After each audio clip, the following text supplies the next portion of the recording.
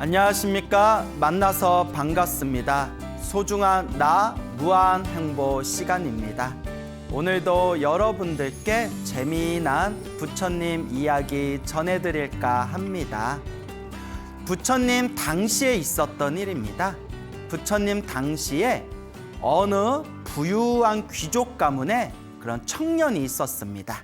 이 청년이 머리를 깎고 출가를 했는데 이 귀족 가문에 머리를 깎고 출가하신 젊은 스님의 법명이 띠싸 스님입니다. 띠싸라는 이름을 가진 스님이셨습니다. 이 띠싸 스님이 어느 시골에 있는 사원에서 안거를 마치시고 나서 신도들에게 그 긴 천을 받았다고 합니다. 긴 천을 받게 되는데 그 천이 굉장히 거칠고 또 이제 굉장히 또 이제 그 두께가 굵고, 그래서 이 천을 가지고 가사를 만들어야 되겠다라고 스님이 생각을 하게 됩니다. 가사라는 것은 여러분들 이렇게 보시면 여기 이제 빨간 천이 보이시죠? 요 빨간 천의 가사라고 합니다.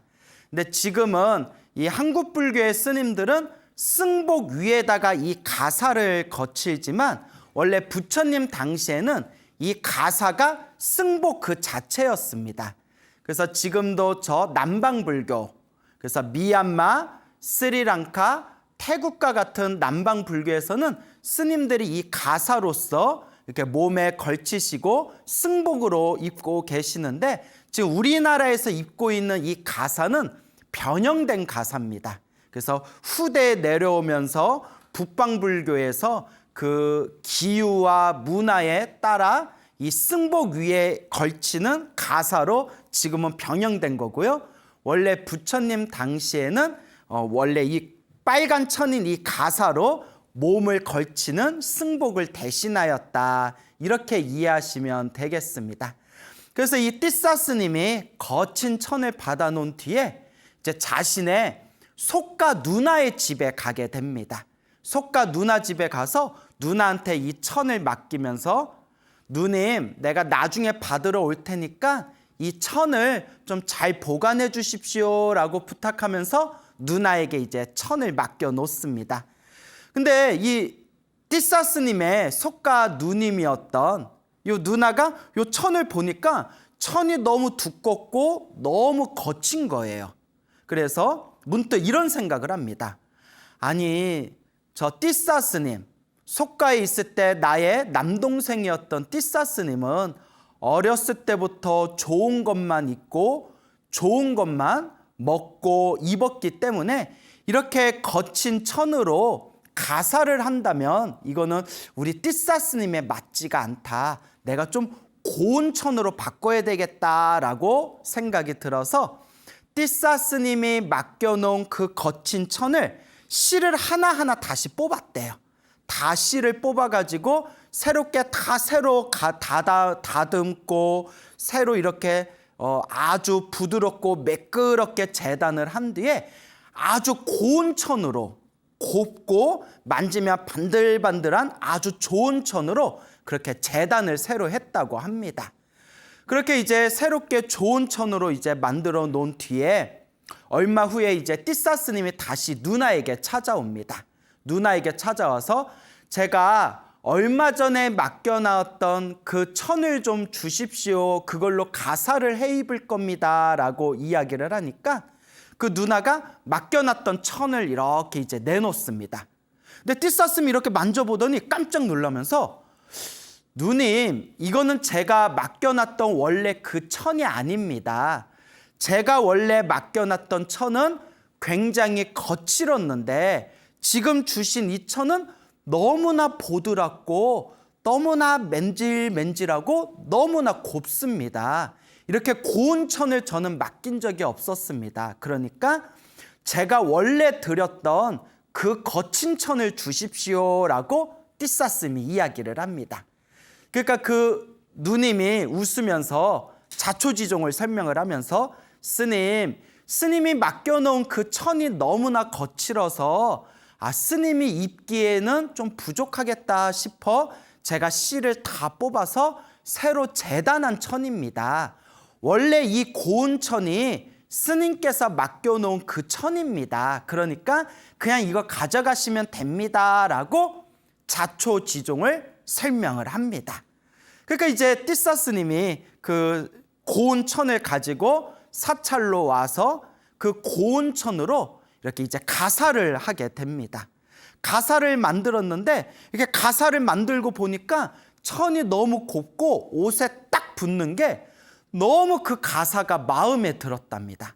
그래서 띠싸 스님이 그 가사를 차곡차곡 잘 접어가지고 이제 그 선반 위에다 이렇게 올려놓으면서 내일부터 이 가사를 입어야지, 가사가 너무 마음에 든다, 어쩜 이렇게 가사가 보드랍고 내 몸에 쫙 하고 맞을까, 그러면서 띠싸 스님이 너무 좋아서 어쩔 줄을 몰라 했다고 합니다.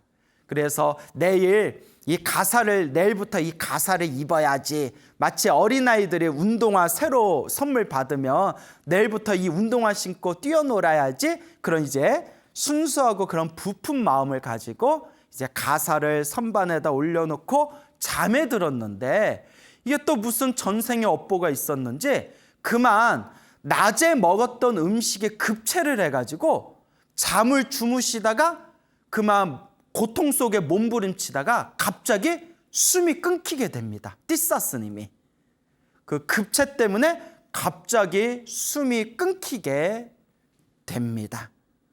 그러니까 이 띠싸 스님이 갑자기 죽어버리니까 다른 스님들도 그 다음날 아침에 다들 당황을 했겠죠.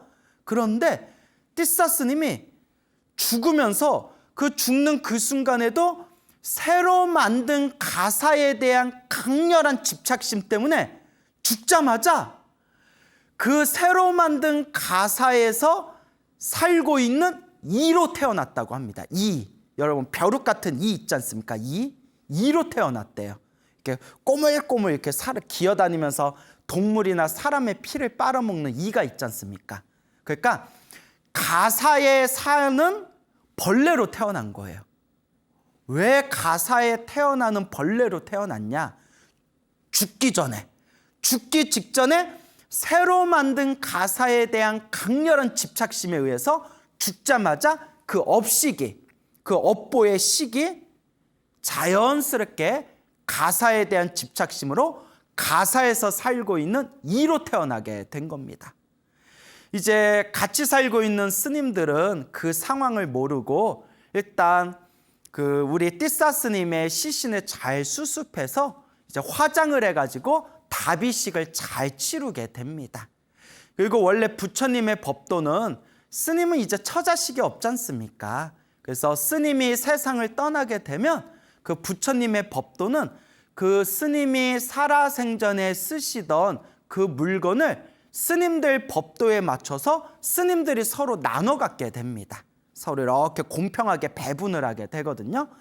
그래서 이 스님들이 띠싸 스님의 다비식을 잘 마치고 난 뒤에 이제 띠싸 스님이 평소에 쓰셨던 그 물건들을 부처님과 스님들의 법도에 맞춰서 잘 분배를 하다가 마지막에 그 띠싸 스님의 새로 만든 가사를 딱 발견하게 됩니다. 그래서 이 가사를 어떻게 분배할 것인가 라는 거에 대해서 고민하고 있을 때 순간 그 가사에서 살고 있는 그 이가 막 소리를 질렀다고 합니다. 저 나쁜 스님들이 내 가사를 훔쳐가구나, 이 가사는 내 건데 내 가사를 훔쳐가는구나 라고 그 띠싸 스님의 전생이었던 그러니까 띠싸 스님이 죽고 나서 새로 태어난 그 가사 속의 그 이가 소리를 버럭버럭 지르더랍니다. 내 가사를 빼앗지 말아라, 이 나쁜 중들아, 내 가사를 빼앗지 말아라, 이렇게 이가 막 소리를 쳤대요. 근데 여러분, 이가 소리치면 들려요, 안 들려요? 그게 들려도 문제가 있는 겁니다, 여러분. 만약에 저는 들려요 하시는 분들은 둘 중에 하나예요. 신통력이 있거나 아니면 좀 이렇게 병원에서 이렇게 진지하게 상담을 좀 해보셔야 돼요. 이가 소리를 버럭버럭 지르면서 내 가사를 가져가지 말아라, 내 가사를 가져가지 말아라 라고 했을 때 멀리 떨어져 계신 부처님께서 그 가사 속에 있는 띠사 스님이 죽은 뒤에 새로 태어난 가사 속에 있는 그 가사에 있는 이가 소리치는 그 목소리를 들으십니다. 부처님께서. 그래서 부처님께서 당신의 제자인, 당신의 시자인 아난 스님에게 자, 얼른 저 사찰에 가가지고 저 띠사 스님의 가사는 7일 동안 건드리지 말아라 라고 전달하거라 라고 부처님께서 명을 내리십니다. 그래서 아난 스님이 부처님의 말씀을 듣고 그 사찰까지 이렇게 부지런히 걸어가서 그 사찰에 있는 스님들에게 스님, 부처님께서 띠사 스님의 그 새 가사는 7일 동안 건들지 말아라 라고 명을 내리셨습니다. 그러니까 다른 물건은 분배하시되 그 띠사 스님의 새로 만든 가사는 7일 동안 만지지 마시고 그냥 두십시오라고 그렇게 그 사찰에 있는 스님들에게 당부를 합니다. 어쨌거나 이제 그 사찰에 있었던 띠사 스님의 도반 스님들은 부처님께서 7일 동안 건들지 말라고 했으니까 무언가 깊은 뜻이 있겠지 하고 띠사 스님의 그 새로운 가사, 띠사 스님이 죽은 뒤에 그 이로 태어난 그 가사 속에 이로 태어난 그 새로운 가사를 만지지 않고 원래 선반 자리에다가 그대로 두었다고 합니다. 그렇게 하루가 지나고 이틀이 지나고 사흘이 지나고 7일이 지납니다. 일주일이 지나고 7일이 지나고 8일째가 딱 되는 날, 여러분 중요한 겁니다. 8일째가 딱 되는 날 띠사 스님이 죽어서 태어난 그 이가 갑자기 목숨이 끊어지면서 하늘세계 도솔천에 태어나게 됩니다. 하늘세계 도솔천이라는 하늘세상에 새롭게 하늘세계 신으로 태어나게 됩니다. 이해가 가세요? 그러니까 띠사 스님이 급체가 돼가지고 죽은 뒤에 가사 속에 살아가는 그 이로 태어났다가 7일이 지난 뒤에 8일째 되었을 때 그 이가 죽어서 하늘세계 도솔천으로 태어나게 된 겁니다.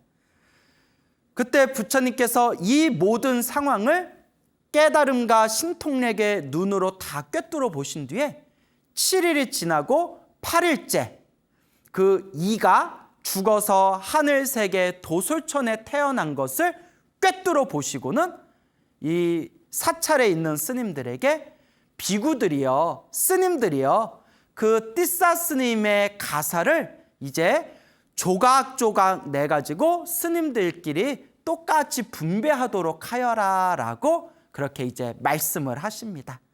그래서 그 스님들이 이제 띠사 스님이 만든 새로운 가사를 똑같이 칼로 잘라가지고 똑같이 스님들이 분배를 했다고 합니다. 그렇게 이제 잘라놓은 가사자락은 나중에 스님들의 이제 이 가사가 찢어지게 되면 거기다가 이제 더 씌워가지고 이제 꼬매기도 하고 또 이제 새롭게 뭔가 필요한 곳에 이제 쓰시게 되겠죠.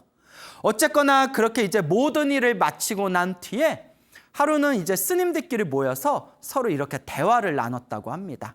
야, 좀 이상하지 않냐? 왜 부처님께서는 띠사 스님의 다른 물건은 똑같이 분배하라고 말씀해 놓고 왜 띠사 스님의 그 새로 만든 가사만큼은 7일 동안 만지지 말고 7일이 지나고 난 뒤에 부처님께서 자, 이제는 띠사 스님의 가사를 스님들끼리 똑같이 잘라서 분배하시오라고 왜 그렇게 말씀하셨을까? 야, 좀 이상하지 않냐? 서로 그렇게 이제 대화를 나눴다고 합니다. 그때 부처님께서 이제 싹 지나가시다가 스님들이 무슨 대화를 저렇게 열심히 나누나 하고 살짝 들어봤더니 그 띠사 스님 가사를 가지고 이런저런 대화를 하고 있다는 것을 부처님께서 듣게 되십니다. 그래서 부처님께서 이 스님들에게 가르침을 줘야 되겠구나. 그 이치에 대해서 왜 그런 상황이 펼쳐졌는지에 대해서 이 스님들에게 가르침을 줘야 되겠구나라고 생각을 하십니다. 그래서 부처님께서 스님들이 대화하고 있는 곳으로 싹 가면서 비구들이여, 비구들이여, 이제 남자 씀을 비구라고 하죠. 비구들이여, 무슨 대화를 그렇게 나누고 있는가라고 부처님께서 물어보시니까 이 스님들이 부처님 사실은 이러이러해서 그 띠싸 스님 가사를 왜 7일 동안 만지지 말라고 했는지 이런저런 대화를 나누고 있었습니다라고 그렇게 이제 대답을 하게 됩니다. 그때 부처님께서 다음과 같이 말씀하십니다. 그대들이여, 나의 말을 잘 듣거라. 지금 내가 말하고 있는 이 이야기를 반드시 귀담아서 듣거라. 다름이 아니라 띠싸 스님은, 띠싸는 갑자기 체해가지고 한밤중에 목숨을 잃게 되었는데 숨이 끊어지는 그 순간에도 새로 만든 가사에 대한 강렬한 집착 때문에 그 가사 속에 살고 있는 이로 태어나게 되었다. 그 이로 태어나서 자신의 새로운 가사에 대해서 집착심을 일으키고 있었는데 그때 띠싸 스님의 다비식을 마치고 난 뒤에 스님들이 띠싸 스님의 물품을 분배하는 과정에서 띠싸 스님의 새로운 가사를 분배하려고 할 때 그 가사 속에 살고 있었던 이가 만지지 말아라, 내 것을 건드리지 말아라, 이 나쁜 스님들아, 내 가사를 훔쳐가지 말아라 라고 그렇게 소리를 지르고 있었다. 그리고 만약 그대들이 이 띠싸 스님의 가사를 서로 분배하게 되었다면 그때 이 이는, 가사 속에 살고 있었던 이 이는 수행하는 스님들에 대한 아주 강력한 분노심을 일으키면서 다음 세상에 지옥에 떨어지는 업을 지을 뻔했다. 스님들에 대한 아주 강렬한, 아주 강력한 분노심, 화를 일으키면서 이가 죽었을 때 다음 생에 지옥으로 떨어질 뻔했다. 그래서 가사 속에 살고 있는 이가, 그러니까 전생의 띠싸였던 가사 속에 살고 있는 이 이가 청정하게 수행하는 스님들에 대해서 화를 내지 않고 분노심을 일으키는 그 악업을 짓는 것을 막기 위해서 일주일 동안 그 가사를 스님들이 만지지 못하게 한 것이다. 그럴 때 스님들이 다음과 같이 질문을 합니다. 그러면 부처님, 그렇다면 왜 7일이 지난 뒤에 8일째 되었을 때 왜 띠싸 스님의 가사를 스님들이 공평하게 분배해도 좋다라고 그렇게 말씀하신 겁니까? 그때 부처님께서 말씀하시기를 띠싸 스님이 죽을 때 한순간에 그 가사에 대한 강렬한 집착으로 비록 그 가사에 살고 있는 이로 태어났지만 7일이 지나고 난 뒤에 그 이의 목숨이 다하게 되었고 이의 목숨이 다하면서 자연스럽게 그 가사에 집착하던 강렬한 그 집착에 대한 업도 사라지면서 띠싸라는 스님으로 살고 있을 때 그래도 수행을 열심히 했기 때문에 죽은 뒤에 바로 하늘세계 도솔천에 태어나게 된 것이다. 부처님은 이와 같은 모든 중생들의 업보와 인연법을 다 꿰뚫어 봤기 때문에 그 띠싸가 죽은 뒤에 태어난 그 이가 일주일 만에 목숨이 다해서 하늘세계 도솔천에 태어난 것을 다 꿰뚫어 보고 그대들에게 자, 띠싸 스님의 새로운 가사를 그 사찰에 살고 있는 스님들이 공평하게 분배하시오라고 부처인 내가 그대들에게 가르침을 준 것이다 라고 부처님께서 말씀을 하십니다. 그 자리에 있던 수많은 스님들이 깜짝 놀라면서 부처님 참으로 몰랐습니다. 참으로 그런 사연이 있는 줄 몰랐습니다. 그리고 부처님 너무나 무섭습니다. 너무나 무섭습니다. 수행을 하던 스님이 죽기 직전에 그 가사에 대한 강렬한 집착을 일으켰다는 것만으로 그 가사에 태어나는, 그 가사 속에서 살고 있는 이로서 태어나 살아갔다는 것이, 그 인과법이 너무나 무섭습니다. 부처님, 집착이라는 것은 이렇게 무서운 것 같습니다 라고 그 자리에 있던 스님들이 다들 놀라워합니다. 부처님께서 스님들에게 다음과 같이 말씀하십니다. 비구들이여, 그와 같다. 중생들에게 있어서 집착은 이와 같다. 마치 철에서 나온 녹이, 철이 부식해서 철에서 나온 녹이 결국 그 철을 녹슬게 하고 부식시키듯이 중생의 마음에서 나온 그 집착이 중생을 파멸의 세계로 이끌게 된다. 중생에게 있어서 이 집착이라는 것은 이와 같이 무서운 것이다 라고 부처님께서 말씀하십니다. 그리고 그 자리에 있는 수많은 수행자들에게 부처님께서 다음과 같은 개송을 설하십니다. 철에서 나온 녹이 철을 부식시키듯이 자신이 지은 악업이 자신을 나쁜 세계로 끌고 간다. 자기 자신이 지은 악업이 자기 자신을 나쁜 세계로 끌고 간다라고 부처님께서 가르침을 설하십니다. 자, 이 이야기를 조금만 간단하게 분석해 볼까요? 띠싸라는 스님이 있었고, 띠싸라는 스님이 그 천을 가지고 가사를 만들었는데 가사가 너무나 마음에 쏙 드는 거예요. 그래서 내일 내가 저 가사를 입고 내일부터 생활해야겠다라고 그런 어떤 집착, 부푼 마음을 안고 그날 잠이 들었는데 갑자기 급체를 해서 목숨이 끊기게 됩니다.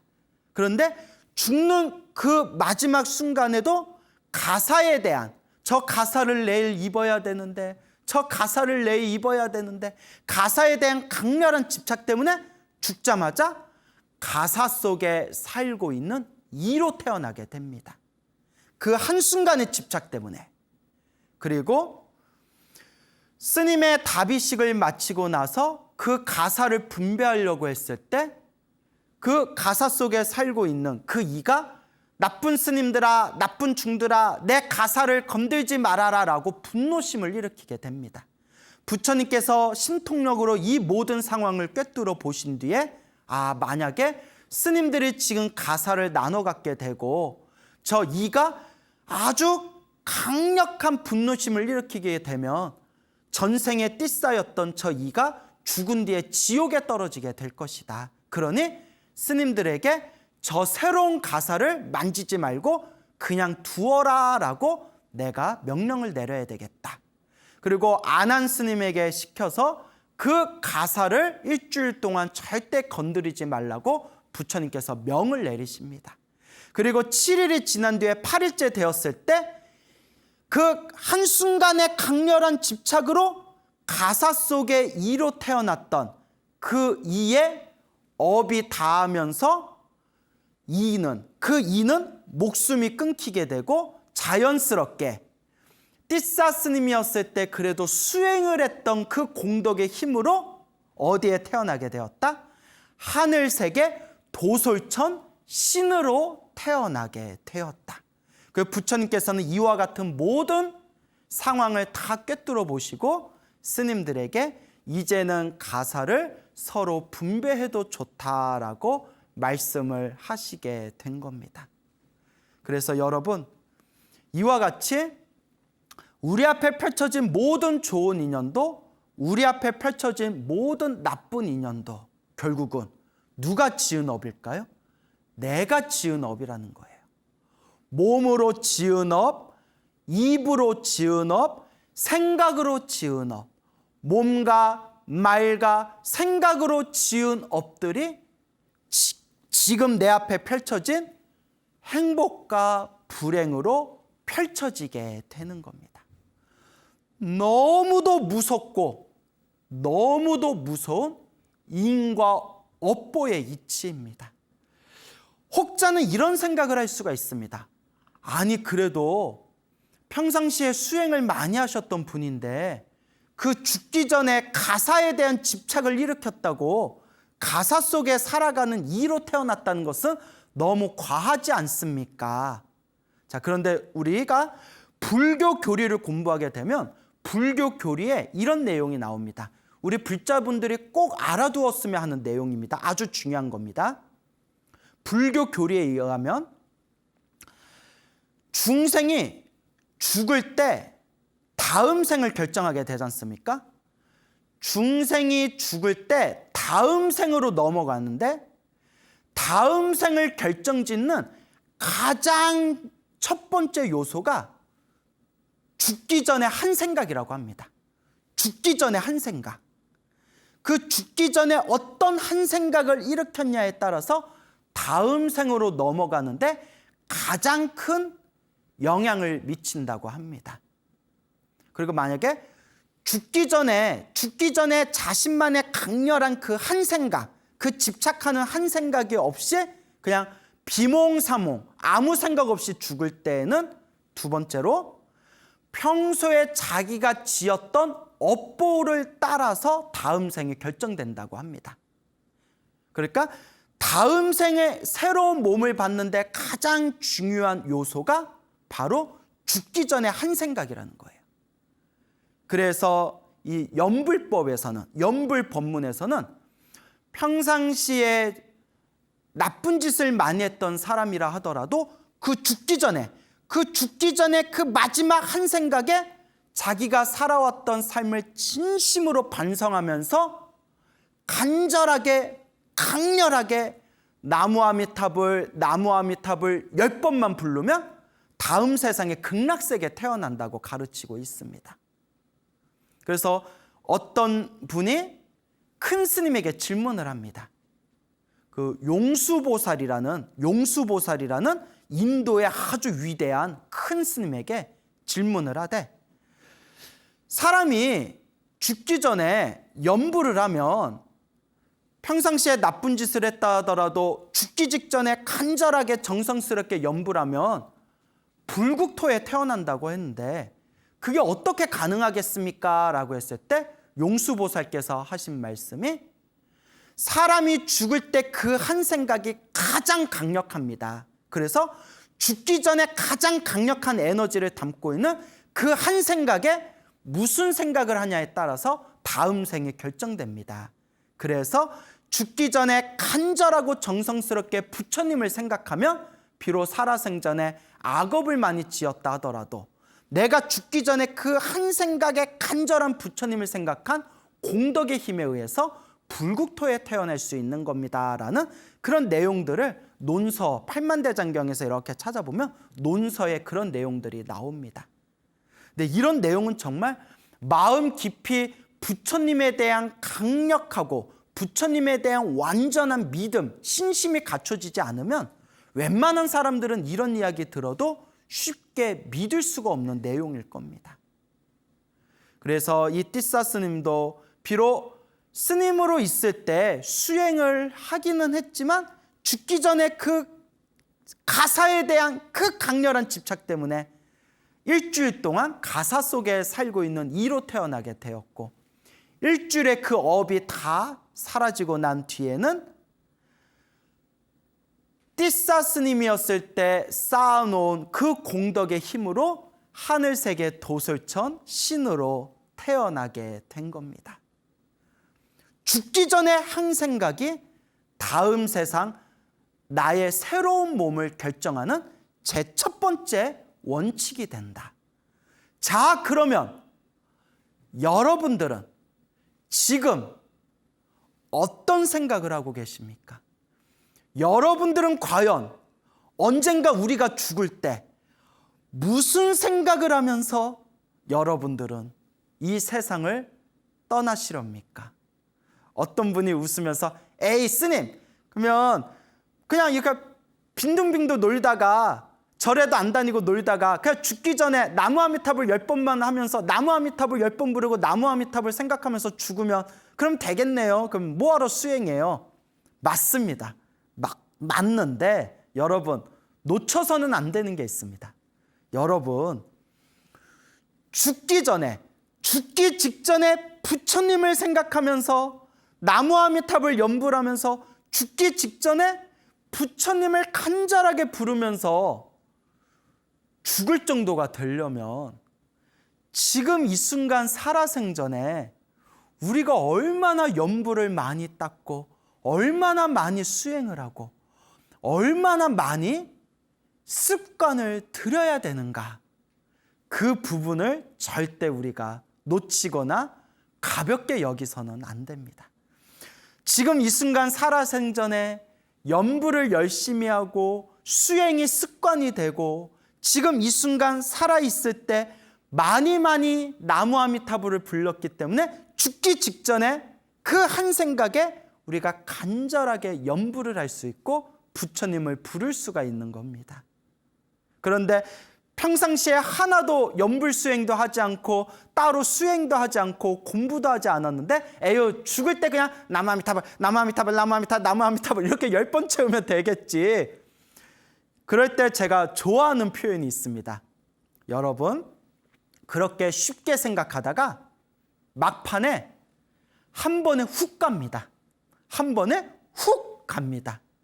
절대 그렇게 가볍게 생각해서는 안 됩니다, 여러분. 그래서 이와 같은 띠싸 스님의 일화가 담겨져 있는 불교설화 등을 통해서 평상시에 내가 좀 착한 일을 많이 했다 하더라도 죽으면서 무슨 생각을 하면서 죽냐에 따라서 내 다음 생의 몸이 결정될 수가 있겠구나. 내가 평상시에 좀 못된 짓을 많이 했다 하더라도 말년에 마지막에 죽는 순간에 진심으로 참회하고 부끄러워하고 반성하면서 간절하게 부처님을 부른다면 그래도 우리가 부처님 가피, 그 공덕의 힘에 의해서 그래도 우리가 구제받을 수 있는 그런 놀라운 부처님의 힘과 에너지가 있구나라는 것을 우리가 살펴볼 수가 있는 겁니다. 여러분들은 과연 죽을 때 무슨 생각을 하면서 이 세상을 떠나시렵니까? 아이고, 내 아파트를 집착하면서 죽으면 아파트에 기어다니는 바퀴벌레로 태어나렵니까? 아이고, 내 명품 가방 그렇게 집착하면서 죽다가 명품 가방에 붙어있는 좀벌레로 태어나시렵니까? 아이고 내 부동산. 그러면 부동산에 집착하면서 만약에 세상을 떠나신 분들은 다음 상에 맛동산으로 태어나시렵니까? 이거는 제가 말해놓고 너무 무리수였던 것 같습니다. 어떤 분이 이제 우스개로 저는 광우스님 생각하면서 죽을래요 이래가지고 제가 죽을 때 광우스님을 생각하면서 죽으면 광우스님 뱃속에 기생충으로 태어날 수 있다고 했더니 막 짜증을 내시더라고요. 그러니까 죽을 때 저 생각하면서 죽으면 안 됩니다, 여러분. 그럼 무엇으로 태어나야 되느냐? 여러분이 죽기 전에 한 생각이 다음 생을 결정짓는데 가장 큰 영향을 미친다. 결국 우리 불자는 죽을 때 부처님을 생각하면서 부처님의 가르침을 생각하면서 이 세상을 떠날 때 가장 온전한 불자로서의 그 다음 생을 우리가 밟아 나아갈 수 있는 겁니다. 정말 쉬운 일이 아닙니다. 정말 쉬운 일이 아닙니다. 지금 한 번이라도 더 나무 아미타불 연불을 하시고 지금 한 번이라도 더 부처님을 향해서 기도하고 더 내 마음을 수행하고 닦을 때 우리는 그 죽는 순간에도 마음의 흔들림이 없이 간절하게 부처님과 부처님의 가르침을 되새기면서 이 세상을 떠날 수가 있는 겁니다. 띠싸 스님 같이 석가모니 부처님 아래에서 석가모니 부처님을 직접 모시고 수행을 했던 띠싸 스님조차도 갑자기 급체를 해서 죽을 때 그 마지막 한순간에도 그 자기가 새로 만든 가사에 대한 집착을 내려놓지 못하고 그 가사에 태어난 그 가사 속에서 살아가는 이로 살아가고 그렇게 이로써 일주일 동안의 삶을 이루었다는 것에 대해서 우리들은 진지하게 무서움과 고민과 그리고 뼈저린 자기 자신의 반성이 필요한 겁니다. 저는 이 이야기를 처음 보고 나서 너무나 무서워가지고 저도 모르게 흠칫했어요. 흠칫. 정말 마지막 한 생각에 우리가 무슨 생각을 하면서 죽는다는 것이 다음 생에 이와 같이 내가 새로운 몸을 받는데 큰 영향을 미친단 말인가. 참으로 무섭고도 참으로 무서운 일이다라고 생각을 했습니다. 그나마 띠사스님은 이로 태어났지만 한 생각의 집착 때문에 이로 태어났지만 스님이었을 때 수행한 공덕의 힘이 있어서 딱 일주일만 이로 살다가 8일째 되었을 때에는 이로 태어난 업이 다 소멸하고 하늘세계 도솔천 천신으로 태어나게 된 겁니다. 하지만 우리가 띠사스님만큼 수행을 많이 했겠습니까? 띠사스님만큼 공덕을 많이 지었겠습니까? 우리가 한번 사람의 몸을 잃고서 이로 태어나거나 벌레로 태어나거나 짐승으로 태어났다면 우리는 일주일이 아니라 7년을 살지 700년을 살지 7생을 살지 언제 우리가 다시 사람 몸을 받아서 부처님 법을 만날 수 있을지 정말 어렵고도 어렵고 무섭고도 무서운 일입니다. 그러니 우리 불자들은 자꾸 수행을 하고 자꾸 마음을 닦아야 됩니다. 제가 이제 불교 TV에서 이렇게 많은 분들에게 부처님의 가르침을 전하다 보니까 이렇게 많은 분들이 오셔서 상담을 하실 때가 있잖아요. 근데 이제 상담 오실 때 어떤 분은 그냥 너무 광우 스님이 좋아서 광우 스님 얼굴 보고 싶어서 왔다라는 그런 싱거운 분들도 계시고 고마운 분들이죠. 고마운데 이제 찾아온 이제 사연은 이제 싱거운 거잖아요. 그냥 얼굴 보러 온 거예요. 얼굴 보러. 그리고 어떤 분은 이제 개인적으로 궁금한 게 있어서 이제 찾아오시는 분들도 있고. 그래서 이제 소소한 개인적인 궁금한 게 있으신 분들은 제가 직접 찾아오지 말고 저 화계사 종무소에 전화하면 제 이메일이 있거든요. 그러니까 멀리서 굳이 찾아오지 마시고 저도 좀 바쁜 사람이니까 그래서 이메일로 이렇게 질문하시면 제가 이메일로 이렇게 좀 늦더라도 보통 답장을 드리거든요. 그리고 그 중에서는 정말 힘들고 괴롭고 답답해서 찾아오시는 분들이 계시는데 어떤 분은 정말 제가 가슴이 억장이 무너질 것처럼 너무나 불쌍하고 너무나 힘드신 그런 사연을 갖고 오신 분들이 있어서 내가 막 슬퍼가지고 도대체 이렇게 힘들고 이렇게 괴로운 분들한테 내가 무슨 말을 해드릴 수가 있을까? 내가 부처님같이 신통력이 있으면 신통력으로 뿅 하고 내가 좀 도움을 드리고 싶은데 저는 신통력도 없고 그렇다고 제가 뭐 엄청난 법력을 가지고 있는 큰 스님도 아니고 그냥 불교 TV에서 사람들에게 좋은 이야기 해주다 보니까 저 광우 스님 만나면 뭐 좀 좋은 이야기라도 들을 수 있을까 싶어서 찾아오신 정말 힘겨운 분들을 보면 제가 무엇라 말씀을 드릴지 저 자신이 너무나 답답할 때가 있습니다. 그런 분들에게 제가 솔직하게 드릴 수 있는 얘기는 이 모든 불행도 이 모든 힘들고 이 모든 괴로운 지금의 이 모든 상황도 결국 부처님께서는 다 내가 지은 업이다라고 하셨습니다. 그러니 기도하세요. 지금부터 오직 기도하세요. 좋은 일이 생기든 나쁜 일이 생기든 다 내가 지은 업이다 생각하고 지금 이 순간 조금이라도 업장을 소멸하기 위해서 지금 이 순간 간절하게 피눈물 흘리는 마음으로 간절하게 기도하세요라고 말씀을 드립니다. 그래서 스님 어떤 기도할까요? 할 때 제가 이제 가장 많이 권해드리는 게 이제 금강경 독송하시거나 법화경 사경하시면서, 그래서 항상 아침에 눈 뜨면 저녁에 잠들 때까지 항상 나무 아미타불을 부르든 관세음보살을 부르든 지장보살을 부르든 간절하게 염불해라 라는 말씀을 제가 간곡하게 드립니다. 불자님, 지금 이 괴로움이 다 전생에 내가 지은 나의 업보들인데 지금 조금이라도 닦고 가지 않으면 다음 생에 이 괴로움을 또 받아야 됩니다. 그러니까 지금 이 순간에라도 간절하게 염불하고 기도하셔서 조금이라도 이 업장을 소멸하고 가셔야 됩니다라고 간곡하게 말씀드립니다. 제가 그 힘들어하는 분들에게 드릴 수 있는 얘기는 하나밖에 없습니다. 기도하세요. 염불하세요. 기도하고 조금이라도 복을 지으면서 이 마음을 잘 닦으세요. 이번 생에 조금이라도 닦고 가야 됩니다 라는 말씀밖에 드릴 수가 없습니다. 그래서 많은 불자님들에게 오늘 이야기를 통해서 꼭 당부드리고 싶은 게 있습니다.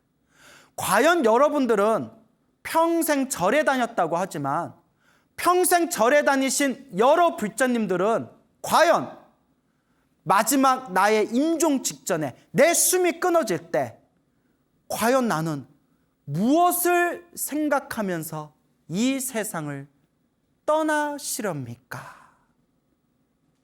저의 소원이 있다면 저는 제 마지막 숨이 끊어질 때 간절하고 정성스럽게 저는 나무 아미탑을 염불하는 거랍니다.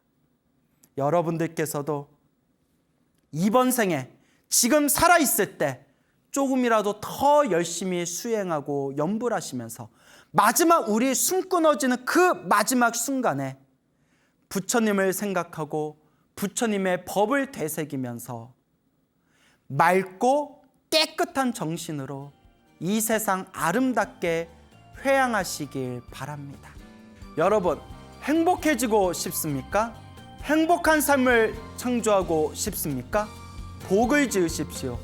선업을 지으십시오. 공덕을 쌓으십시오. 복과 선업과 공덕의 힘이 여러분들을 진정한 행복의 길로 이끌어 줄 것입니다. 여러분, 성불하십시오.